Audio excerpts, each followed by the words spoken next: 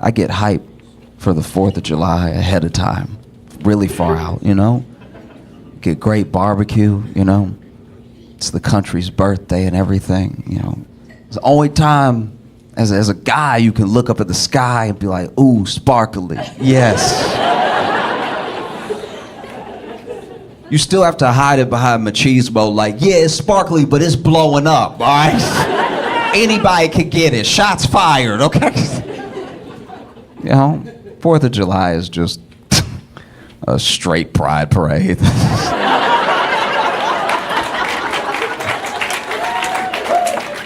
That's all it's ever been, you know? It's just the one time a year guys get to be like, yeah! It's basically, don't act like it's not drag just because you put on a longer beard. Like, you dancing in the street too, you know? That's why I'm always blown away by people who complain about pride and they're like, there's no straight pride parade. I'm like, yours is coming up in a month. Like, you can't give it 30 days. Even when you think about it too, you think about the way that the country came together too. We think of the founding fathers as all these old wise men and everything, because that's when they got painted. You know, they got painted late. They had already survived the war by the time we painted them. When they were in the war, they were much younger. We got the pains when they were like 40. But they fought in the war. You think they were fighting in the war old? You know what I mean? Like, yo, you think Washington was in the war like, get them, boys?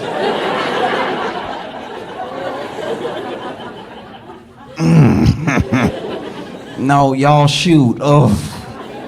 No, these were young men. Young men battling to create a country, you know? And it's mind-blowing how young they were when we won. You know, July 4th of 1776, Alexander Hamilton was in his 20s, early 20s. So was Aaron Burr. You know, some of the oldest people, I think even Washington was like only 40 or something.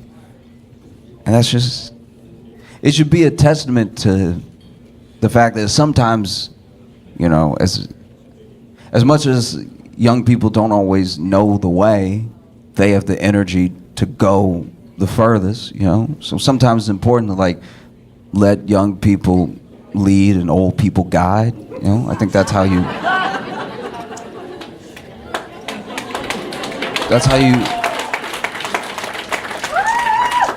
you know, because there's someone that has all the passion, all the fire in their heart to do something, to like try to build a better world, and then there's someone behind them that doesn't have as much of the fire anymore, but is like, don't trip over that rock.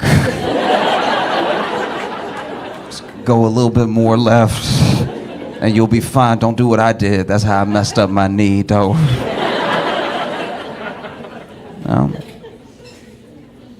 No. Founding fathers they're fascinating to me because, you know, they were trying to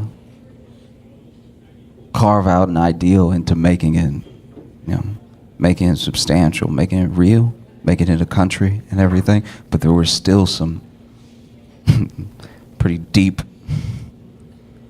I don't know, it's a hard thing to write down, you know, all men are created equal, and then look over and be like, yeah, I accept. Yeah, I mean, so it's a dream that took time, still takes time, still hasn't been fully realized in the way that it's at least on the paper.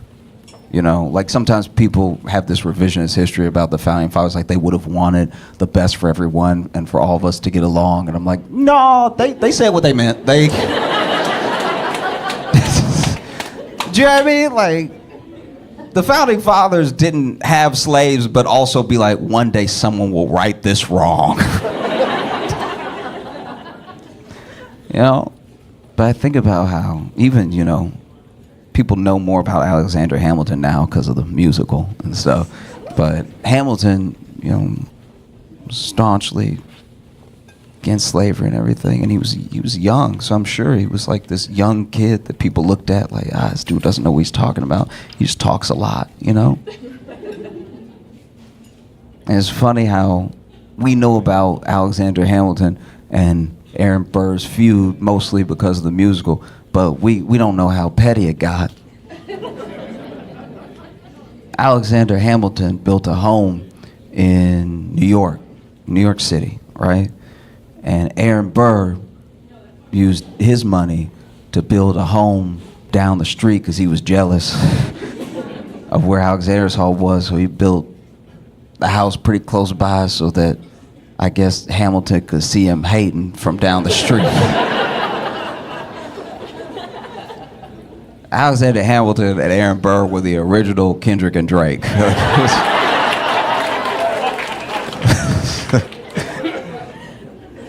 Amazing. I also get excited for the summer. I get excited for July because it usually means, at least for some years, that Will Smith has a new movie out. And it's happened. Bad Boys is out. It's crushing the box office, you know.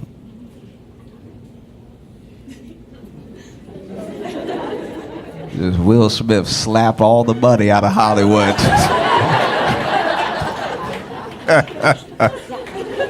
Man, I want them to make as many Bad Boys movies as possible. I want to see these men old.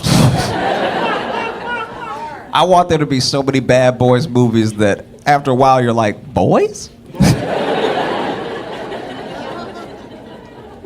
I want them to make so many they gotta change it to Bad Unks, you know? As I'm getting older, I realize this year that all of my close friends are either in or closely approaching their 30s. And it's so funny because, you know, everybody 30 and up, when people turn 30 now, they call themselves old, which is insane to me. That's so, like, medicine is getting good enough where you can kind of expect to live to 90, but you're old at 30. Why would you be old most of the time? That doesn't make any sense at all. You don't bring home bread and then the next day go, it's pretty old. No, but I get how people feel that way. I really do, because what's happening is we know deep down, right? We have this obsession with youth, and we, you know, everyone's trying to look young, be young, stay young, feel young, all this stuff like that. And it's mainly because, and I've said this before, it's mainly because we know how we treat older people. So we're more scared of that than we are getting old. What's wrong with getting older? You know more stuff. Why would that be bad, you know? But I get how people feel old at a certain time, because especially people who are in their 30s now, we're in a very specific time that hasn't happened, at least the way that it's happening to us, right? Because we were like coming of age at a time that was like a turning point for what feels like almost everything, right? Business gets done differently now, tech is different, every aspect of life is different, and we remember right before and as it turned and now. You know what I mean? Like if you're in your like 30s, if you're like 33 and up, you remember before Google. That sounds ancient. That's...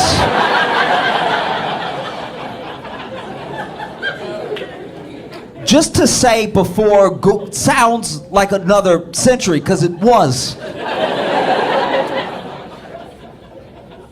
I work with people that are younger than me. I was explained to someone, and I hate when I have to explain a thing that makes me sound older than I am, because they're a little younger. So then I had to explain before Google to them,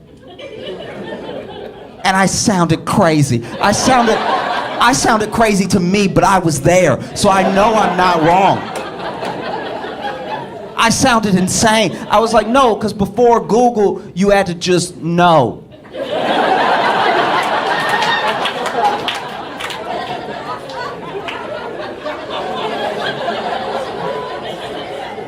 And if you didn't know, you had to ask somebody who you hope knew and was friendly And if they did, and if they didn't know, you had to go online. We still had online. Don't do that. We still had online. So then you had to go online and you had to ask Jeeves.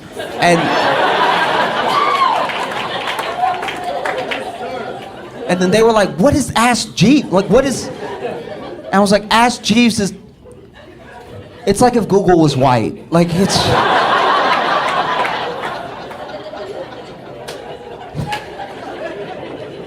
And so you had to ask Jeeves, and if Jeeves didn't know, then you had to go to the library, and you had to ask a librarian. And if the librarian didn't know, they would give you a number with dots.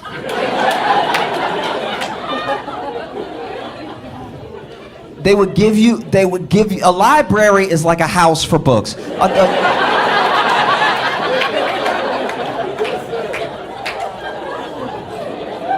They would give you a number with dots, and then you would go trace the dots and the number to a book, and then you would read the book to see if the answer to your question was in there, and if it wasn't, you would just know a bunch of different stuff.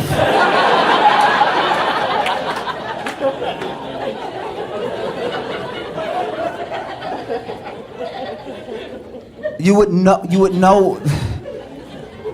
A book is like a slow Kindle. It's like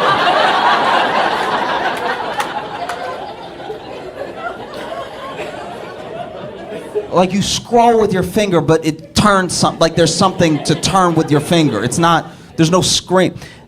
And then, if your question, what you've been looking for 6 months, yes, it takes a long time. So maybe cut your dad some slack, right? It used to be harder to know. Do you know how crazy you sound saying it used to be harder to know? That's not how I wanted to end it. I know I'm getting older because I'm getting genuinely more and more nostalgic for small things. Like not movies, not like really small things about life. Like I miss growing up in the 90s. I think all of our appliances in the 90s were just better. They were just like top notch because not only did they last longer and they worked, but you could fix anything in your house by hitting it.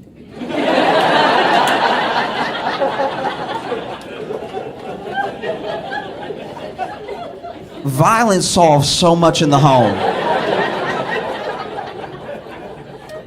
Growing up, all you need was some fists and some belief. And you could fix a whole house. Don't need to call a contractor or anything.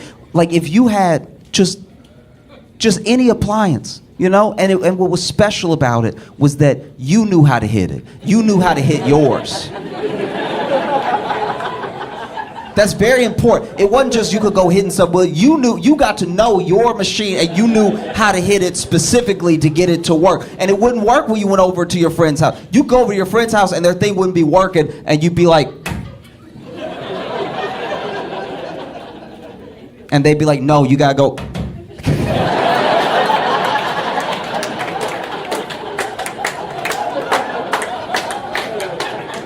And you're like, wow, I didn't know that. I don't have that model. That's good to know. So when I upgrade, it's 2. Okay, that's good to know. And it's 2 towards the front. All right, that's good to know. It was a beautiful time. I just felt like things really worked. You know? Like a 90s washing machine. A 90s washing machine you could hear it all through if you were lucky enough to have a washing machine in your home, if you had a laundry room in your home, you could hear, no matter where you were in the house, because the washing machine would be whooping your clothes.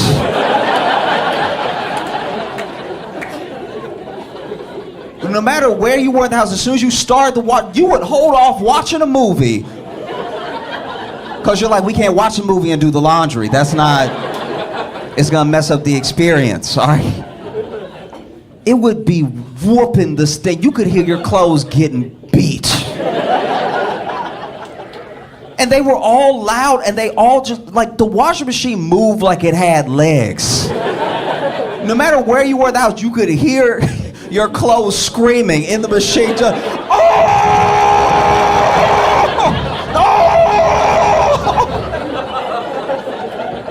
and you would go, whether it was your house or somebody else's house, you could go to somebody's house, you could tell how strong their washing machine was by how messed up the paint was on the wall. On that edge that was next to the machine. It would be beating your clothes, beating the stains out, horrific stuff, right? To the point where you could, even when you stained the shirt, you could tell, even back in the 90s, your shirts would be like, don't do that to me, bro. No, come on, hey, no, we good? I'll push it out, I'll push the stain out. Don't send me in there with them, no. Be amazing. And then if there was a little malfunction, if the door wouldn't lock and start, like, lips started coming up and everything, you know, suds started spitting out everything, just took a little, like, bam, and then all of a sudden it was like, it was beautiful, you know. These new washing machines, I know I already sound like an old man, but like this I was at an Airbnb. They had a washing machine in the Airbnb, which at first I was very excited about. I was like, oh, it's amazing. You never get this, right? And the washing machine was state of the art. And it was like a Tesla washing machine. It had so many buttons. It had a keyboard's worth of buttons. It had more buttons than I cared to read. Like it was, I just wanted to hit clean. Like it had a handkerchief setting. It was insanity. And then you put got a stain on the shirt, put the clothes in, and then, you know, you hit whatever, turn. There was a lot to do. And then you hit, and it starts, and you can tell something is happening because it's spinning, and you can see through it now. You know, it has the little door where you can look in, and it's spinning so fast that the clothes are gone. Like it's... I was looking, and I was like, I can't tell if it's spinning or if it left. It was crazy, but it was silent, and I didn't like that. I didn't like that it was quiet the entire time, right? Just, but nothing. You couldn't hear anything, right? I didn't even know when the clothes were done. That would have never happened in the 90s. You always knew when your clothes were done because your washing machine would finish beating your clothes. And you would hear,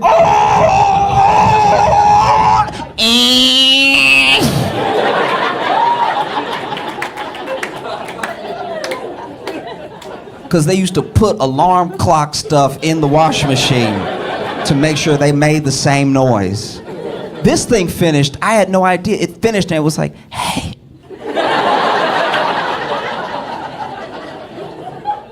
I don't want to disturb you, but I think I did it.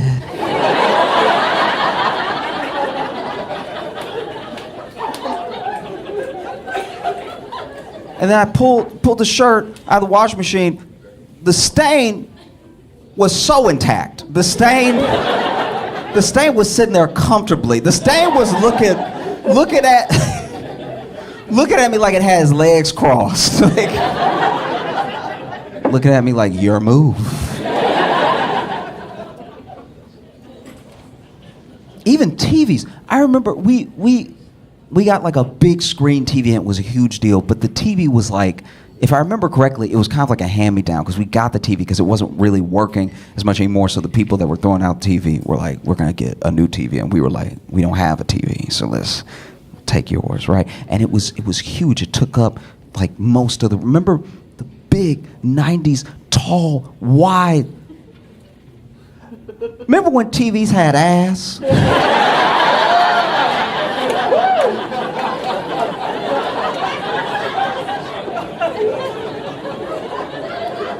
Do you know what I mean? Like really had it, like some true thickums. You know what I mean? Like, you would go over to your friend's house, they'd be like, I got a new TV. You'd be like, oh, she packing. Oh, wow.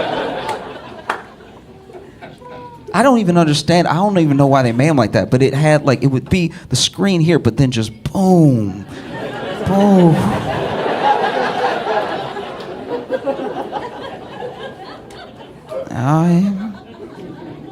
And And that was great because even though the TV didn't always work, you know, you knew how to work it, right? Because it would do that thing where all those TVs back then, when they didn't work, they would just get wavy. You remember that? It would be like, I'd put on the news and it would just be like red, blue, green, red, magenta, yellow.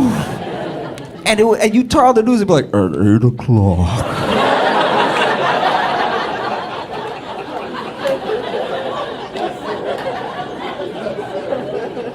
Because I was little when we got this TV, and I remember turning it on and it wasn't working. I was like, Mama, the TV ate a popsicle.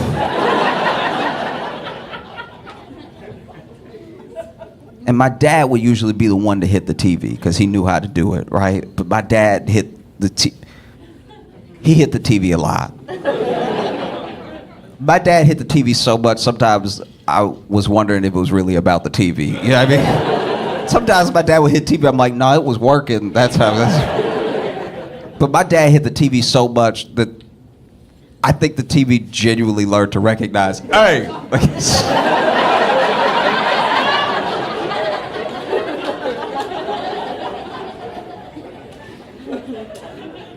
One time I was trying to watch the news and my dad came home. That's all he did. He just came into the house and the TV was like, 8 o'clock. As soon as he closed the door, it was like 2 people were murdered.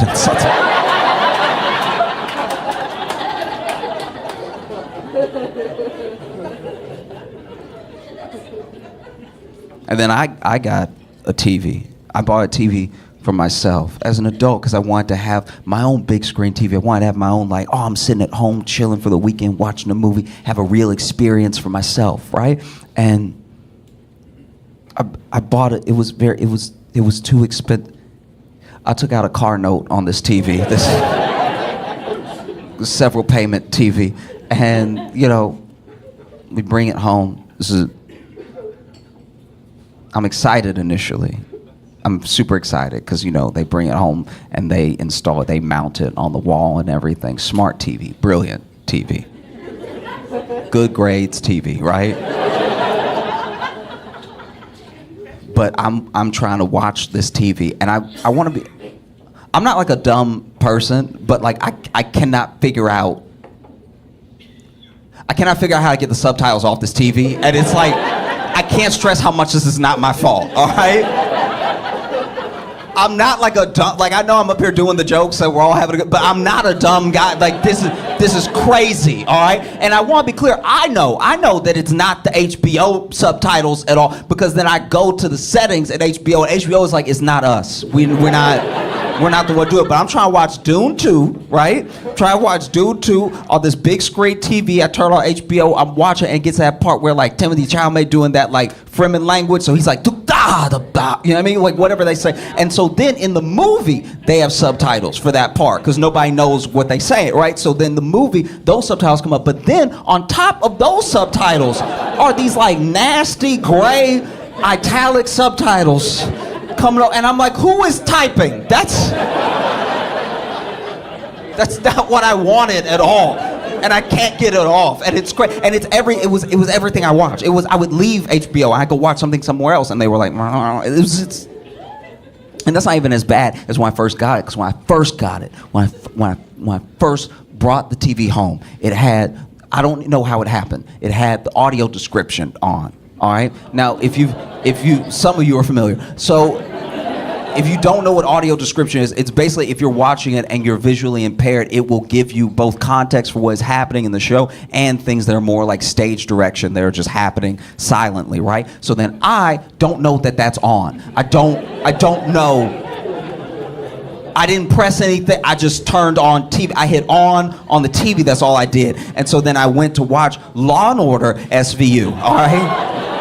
So now I'm watching Law & Order, and Olivia is like handing somebody their ass, right? Like she's just like, you don't know anything about Survivor, you don't know anything. And then she walks out of the room, and then as she walks out of the room, my TV is like, Olivia leaves the room. And I'm like, who is that?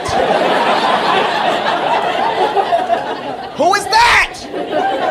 Who is in here? And I went to the settings. I went to Peacock. I went into the settings, and the Peacock settings were like, it's not us. We're not doing that. I've used remotes all my life. I've all the time used the remote, and I pressed the remote was not remoting. Finally, it was off. I don't even know what I did. Maybe I didn't do anything. Maybe the TV just decided to stop doing it. I have no idea. But I was watching a different episode, and Olivia was once again handing somebody their ad. You don't know anything about survivors. You don't know anything. And then she left the room, and I was like,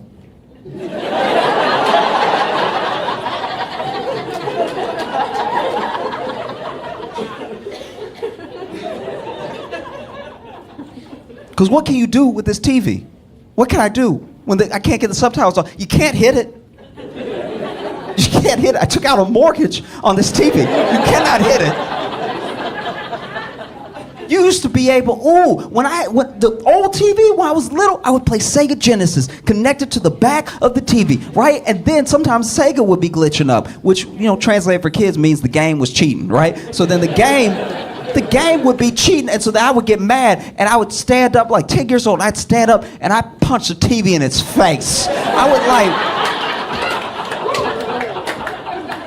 I'd punch the TV as hard as I could in what I thought was the nose, right? Like I would just, and I don't know what the TV was made of, but I would punch the TV and I would pull back the most mangled hand.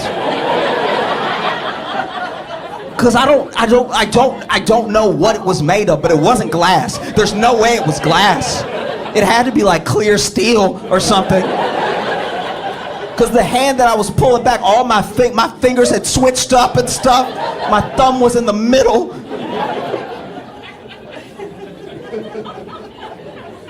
And now you can't punch a TV at all. You can't even dust this TV. You just gotta bargain with it. You used to be able to hit everything. The only thing you didn't hit back in the day was the microwave. And I feel like you didn't hit the microwave because then and now, we don't really understand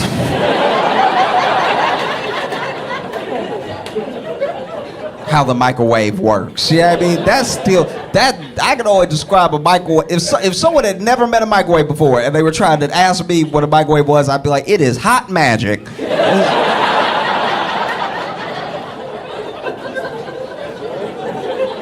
Yeah, I mean, they put some hellfire to good use and just, it gets the soups hot when you put it in there. My grandma, when I was little, she had what I imagined was the second microwave ever made. Like, it was one of the oldest microwaves I've ever seen, and it didn't make any sense. We would try to get her to get rid of it all the time because it was so old that the door handle for the microwave looked like a door. Like it just...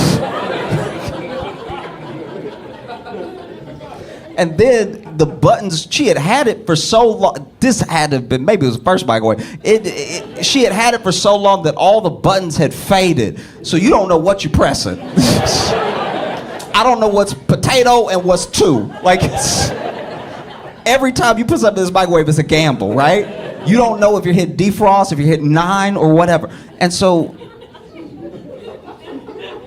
there was one time that everybody was cooking in the kitchen, but I wanted to make some easy mac in a little cup, so I flipped open, put the water in, tried to put it in the microwave. It was like dun dun dun dun dun. Because I just had to go by feeling, because all the buttons were like Audis. That makes like all the buttons were poking out like.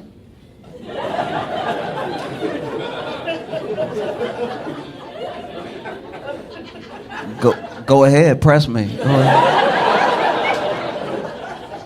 Press me. I don't know what's gonna happen either. Press me. Let's do it. Do it.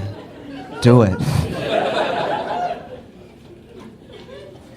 I remember I pressed the buttons and put the easy mac, but there's so many people in the kitchen. I'm getting pressed up against the microwave, and I didn't hit it. I just was pressed up against it, and my whole face started to get hot. And I was like, y'all, this is leaking. I don't know. It is leaking magic in the kitchen. We need to evacuate.